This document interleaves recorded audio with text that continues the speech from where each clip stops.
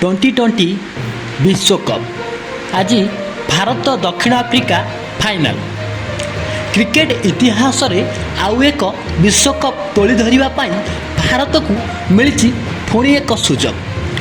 शनिवार भारतीय समय राति 8टारे आईसीसी 2020 विश्वकप फाइनाल रे एथर भेटिब दक्षिण आफ्रिका को।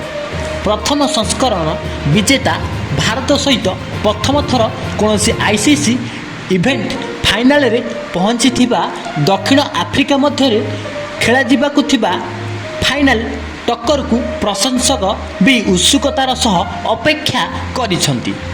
रोहित शर्मा दल विश्वकप जीतिले दिनेकिया भली 2020 रे मध्य द्वितीय थर यही ट्रॉफी आनी पारिबो।